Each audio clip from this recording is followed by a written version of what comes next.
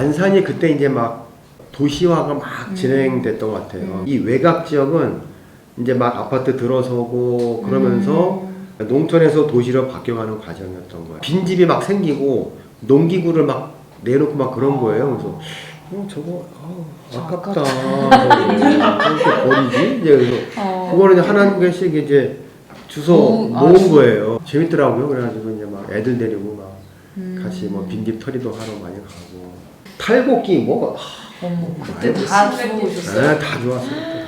그렇게 유물을 모아놓으니까 이걸 두고 갈 수가 없는 거예요. 그렇죠. 이 자식 같은 놈들을 이게 떠날 생각을 이제 버리게 된 계기가 그걸 보면서 또 한편 드는 생각이 내가 알았던 역사가 전부가 아니구나. 이제 비로소 이제 사람들이 이제 눈에 들어오기 시작한 거예요. 저희 역사관이 바뀌었어요. 교과서를 보면은 이게 다 뭐 왕과 뭐 기독 그렇죠. 지배층의 역사잖아요. 근데 이제 제가 막상 여기 또 살아보니까는 왜 이 사람들의 이 이야기는 닿지 않았을까? 철저하게 반성을 했죠.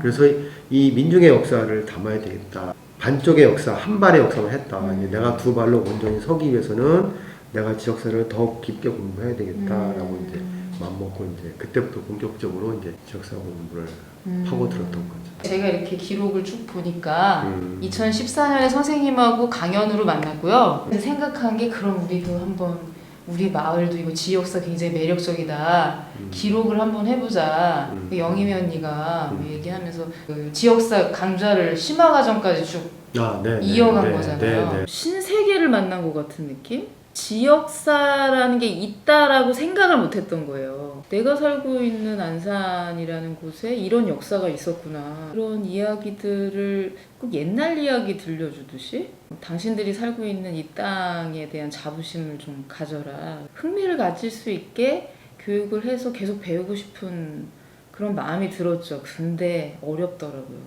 너무 존귀하다 이러면서 처음에 왔을 때 난 안산에 대해서 너무 모르니까 해줄 말이 없는 거야. 아이들한테 선생님 만나면서 저런 분도 계시구나, 좋은 분이 아직 많아서 세상이 돌아가는구나, 이런 느낌? 사실 처음 역사를 배웠을 때는 뭔가 재미는 없잖아요. 지역의 아주 작은 역사들이. 근데 내가 이제 동네 애들하고 만났을 때 해줄 이야기가 있는 거예요. 여기는 최종걸묘가 있었고, 뭐 한양대 넘어서 호수공원에 사리포구라는 곳이 있었고, 그런 이야기를 해줄 수 있어서 특별하다. 우리 마을의 이야기도 좀 한번 기록해보고 싶다. 근데 그때 되게 야심차게 우리가 사동실록을 한번 만들어 보겠다. 그 과정은 정말 들어가 보니까 쉽지 않더라고요.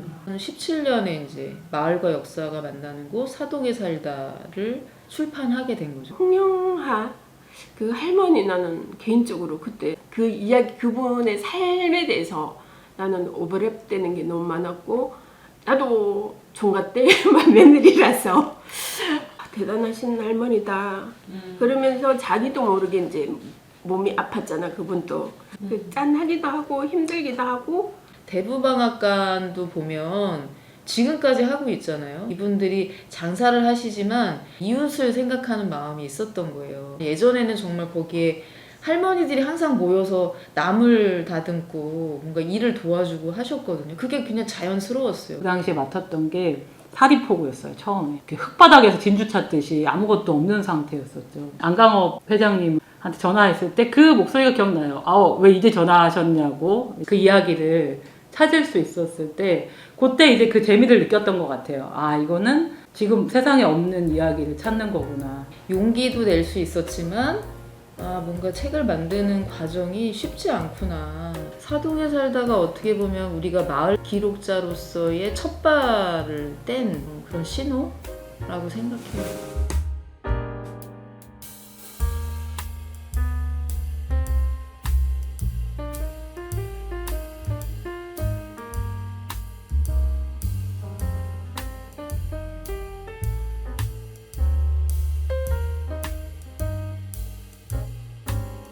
근데 이게 99년도에 없어졌잖아요, 사리포구가. 그러니까 저도 되게 안타까워요. 사리포구 그거 막 얘기를 막 하더라고요. 배가 몇 채 남아있고 뭐 그런 얘기 하길래 나중에 한번 가보지 이제 뭐 그랬죠. 그러다가 여기가 이제 호수공원 조성되면서 없어진다는데 한번 가볼까? 그러고 나서 온 거예요. 근데 이제 그때 한참 공사할 때라 배가 막 여러 태가 있더라고요. 그래서 저 배를 어떻게 학교 박물관으로 옮기지? 그 생각을 한 거예요. 그 아쉬움이 있는 거예요. 사동이니까는 마을 분들은 사립포구를 잘 알지 않을까 해서 그러면은 이제 우리 같이 한번 사립포구하고 수인선을 공부해 봐야 되겠다라고 해서 제가 이제 마을에 같이 해보자라고 제안을 했던 거죠. 근데 사립포구가 특별했던 거는 뭐냐면 우리에게 뭔가 이 안산이라는 도시가 갖는 그 다른 이면? 아, 왜 우리는 이거 살면서 되게 좋은데 약간 그 좀 스산하고 쓸쓸함 같은 게 안산에 있잖아요. 이유를 알게 된 게 사립포구였던 것 같아요. 그냥 흔적 없이 사라졌잖아요. 사립포구를 통해서 이게 안산이란 도시를 저희가 새롭게 보게 된 계기가 된 거예요. 사립포구 사람들이 만들어갔던 어떤 그런 삶의 현장? 그러니까 뭐라 그래야 되나? 물고기가 팔딱팔딱 뛰는 것 같은 그런 느낌이 그냥 이렇게 전해져 오는 거예요. 남성분들보다 그런 여성분들의 삶이 더 많이 기억이 나요. 가족들을 소중히 여기는 분, 자녀가 좀 더 훌륭하게 바라기 위해서 본인이 많은 걸 희생을 하시잖아요. 며느님들 이야기가 여성들의 삶에 대해서 그때 처음 많이 되게 고민했었어요. 저는 인상적이었던 분들을 꼽으라고 하면 인터뷰를 계기로 지금까지도 참 잘 지내고 있는 우리 김영호 화백님. 사라져가는 사립포구를 누가 시키지도 않았는데 그림을 남겨놓고 비디오를 찍고 저는 굉장히 훌륭한 기록자다.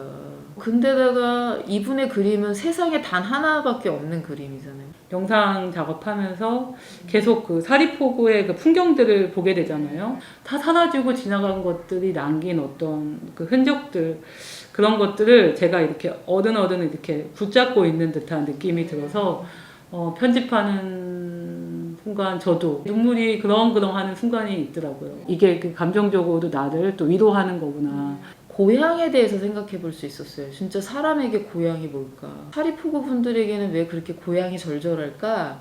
했더니 거기에는 이제 자기가 사랑하는 사람 이야기가 있는데 언제든 가서 흔적이라도 볼 수 있으면 그렇게 애달진 않았을 것 같아요. 근데 흔적이 없잖아요. 송두리째 자기 어떤 삶이 그냥 증발해버리는, 사라져버리는. 그래서 난 지금이라도 사리에서 오라 그러면 다시 사립포구가 예전처럼 있다면 난 가고 싶다고. 그래서 그 이야기를 하셨을 때 좀 뭉클했죠.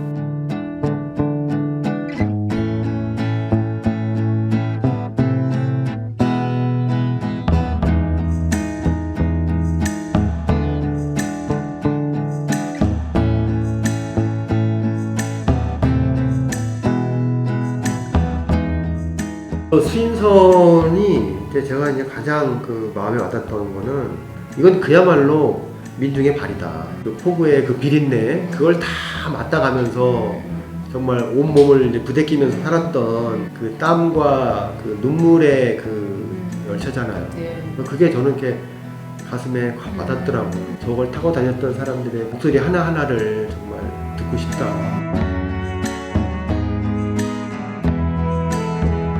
열차가 멈춤과 동시에 그 인근에 살던 마을들도 개발이 되면서 이제 흩어진 거잖아요. 공통적으로 나오는 게 또 고향 얘기였고 사라진 이야기였어요. 결론적으로는 우리가 막 풍족하게 살고 발달되고 높은 고층 아파트가 생기고 이것이 꼭 행복이고 이런 게 아니라 조금 불편하더라도 내가 좋아하는 이웃들과 내가 좋아하는 동물과 자연과 이렇게 사는 것이 행복이 아닌가? 그 나정숙 의원님의 말이 가장 그분의 시작 또한 아이를 통해서 시작이 된 거잖아요. 그 길을 걷고 그 길에서 아이와 이렇게 놀 수 있는 시간들을 보낼 수 있다라는 저 또한 그랬거든요. 저희가 이제 석구초에서 엄마들이 책 읽어주는 시간이 있었잖아요. 그때의 시간이 뭔가 비슷하다라는 느낌이 저한테 엄청 많이 다가왔어요.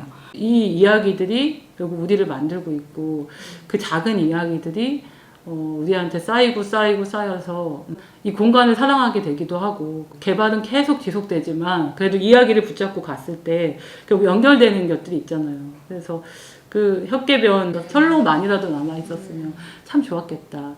그랬을 때 우리가 과거를 생각할 수 있으니까 아무리 막 비관적으로 보여도 여기서 멈추지 않는다. 결국은 어떤 길로 가게 된다. 그런 것들을 보여주는 상징과도 같지 않았을까? 책을 만드는 과정에는 정말 좀 약간 고통의 시간이다. 그래서 내년에는 만들지 말아야지 뭐 이런 생각을 솔직히 하게 되죠. 이런 생각을 하면서도 기록을 지금까지 이어온 걸 보면 참 그게 또 어떤 여러 사람이 함께해서 가능한 힘인 것 같아요. 항상 우리는 그 있잖아요. 그 기록 아카이빙 할 때 전화를 받잖아요. 김부인 선생님의 전화. 네, 그 전화를 받으면 이제 가슴이 두근거리고 내가 뭐를 해야 된다고 이제 생각을 하면서 그래서 이게 확실히 사람은 뭔가 스트레스를 받아야 돼. 4권의 책이 나온 동안 솔직히 제가 녹취는 많이 풀었는데 글 쓴 거는 이번이 처음이었거든요. 너무 고민이 돼서 제가 브이런이랑 잠깐 통화를 했어요. 나 진짜 너무 고민이 돼. 이걸 어떻게 써야 될지 모르겠다. 언니가 그런 얘기를 저한테 던졌어요. 이야기 속 주인공을 사랑하는 마음으로 호흡을 불어넣으시면은 아마 뭔가 나올 거야. 그 말이 저한테는 굉장히 맞다. 내가 이 할아버지의 이야기를 그 사랑의 마음을 계속 쏟아주면 그 인터뷰 속에서 나오더라고요. 정말 스토리가. 그때는 막 읽어야지 하는데 읽다 보면 그 이야기에 빠져드는 거예요. 그리고 마치 내가 옆에 있었던 것 같은 그 속에 또 선생님들의 생각도 보이잖아요. 보이면서 나도 이렇게 생각했는데 그리고 이 선생님은 이런 생각까지 하는구나. 감탄? 그러면서 나도 이제 글이 조금 왜냐 옆에 선생님 거 베끼다 보니까 좀 더 좋아지고 그러면서 다른 선생님들이 어머 좋아졌네? 그러면 그래 나도 나아지는구나. 그렇게 이제 지내면서 이제 책이 계속 나오는 거죠. 기록의 의미는 나눔이 아닐까 생각. 이게 기록을 해둬야 이렇게 사람들한테 이야기할 거리가 있잖아. 이걸 기록하지 않으면은 사장돼 버리잖아. 책이든 뭐 우리가 일기를 쓰든 이렇게 기록을 해놓으면은 다시 보고 이야기할 수 있는 거리가 되잖아. 계속 기록을 해놓으면 그 어떤 느낌과 공감, 그 분위기는 그대로 남아있는 거니까 다시 소환돼서 다시 쓸 수 있겠더라고요. 우리가 기록하는 것들 책을 내는 게 저는 저게 삼국사기고 삼국유사라고 생각해요. 단 한 줄 나오지 않는 이 백성들에 대한 기록을 옛날에는 안 했잖아요. 네. 지금 우리가 하고 있잖아요. 그렇죠. 저는 그만큼의 가치가 있다고 생각합니다. 그리고 네. 요거 책. 6, 7년도 와. 생각을 많이 하는 사람이 되지 않아요? 사람이 중요하다는 걸 더 절실히 느꼈고 한 사람 한 사람 그 삶이 역사가 아닐까? 이야기 들으면서 사람마다 그 결도 있고 특징도 있잖아. 그래서 이 사람은 이래서 이렇게 했구나. 그 사람 마음을 이렇게 배려하는 마음을 조금 더 배운 거? 다른 사람을 이해한다는 거, 공감하고 이해하고 그게 이제 얼마나 중요한 건지. 그리고 또 우리가 아카이빙을 하면서 인터뷰할 때 그 사람의 삶이 얼마나 소중한지 또 배우잖아요. 다양한 분들을 만나면서 삶에 대해서 되게 경건해지는 느낌도 들고 참 배울 사람들이 많구나. 평범한 사람들 속에 작은 영웅들이 다 있구나라는 생각이 많이 들어요. 인터뷰를 통해서 그 사람의 살았던 것들을 다 듣게 되잖아요. 그러면 정말 그 사람을 들여다볼 수 있는 시간, 그런 시간들이 계속 저한테 축적되고 있다라는 느낌이 확 들어오는 거예요. 저분은 저런 삶을 통해서 저렇게 사셨구나. 그래서 사람을 보는 시선이 이해의 폭이 조금 넓어진 것 같아요. 기록을 하게 되면서 어떤 그 편견의 담을 넘게 된 것 같아요. 그 내 안에 있는 담, 이런 것들이 이렇게 하나씩 사라지고 있는 거죠. 시간을 다루는 거잖아요. 공간만 다루는 게 아니라 시간을 다루는 거, 긴 시간을 쭉 보게 되는 거잖아요.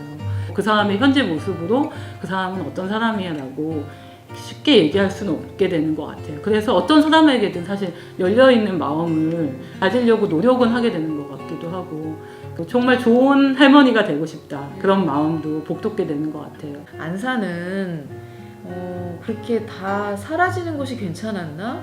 그리고 어떻게 사라지는 그 과정에 이렇게 기록도 안 하고 고향을 잃어버린 사람들에 대한 어떤 그런 돌봄? 그 사람들의 기억을 소중하게 생각하는 그런 마음?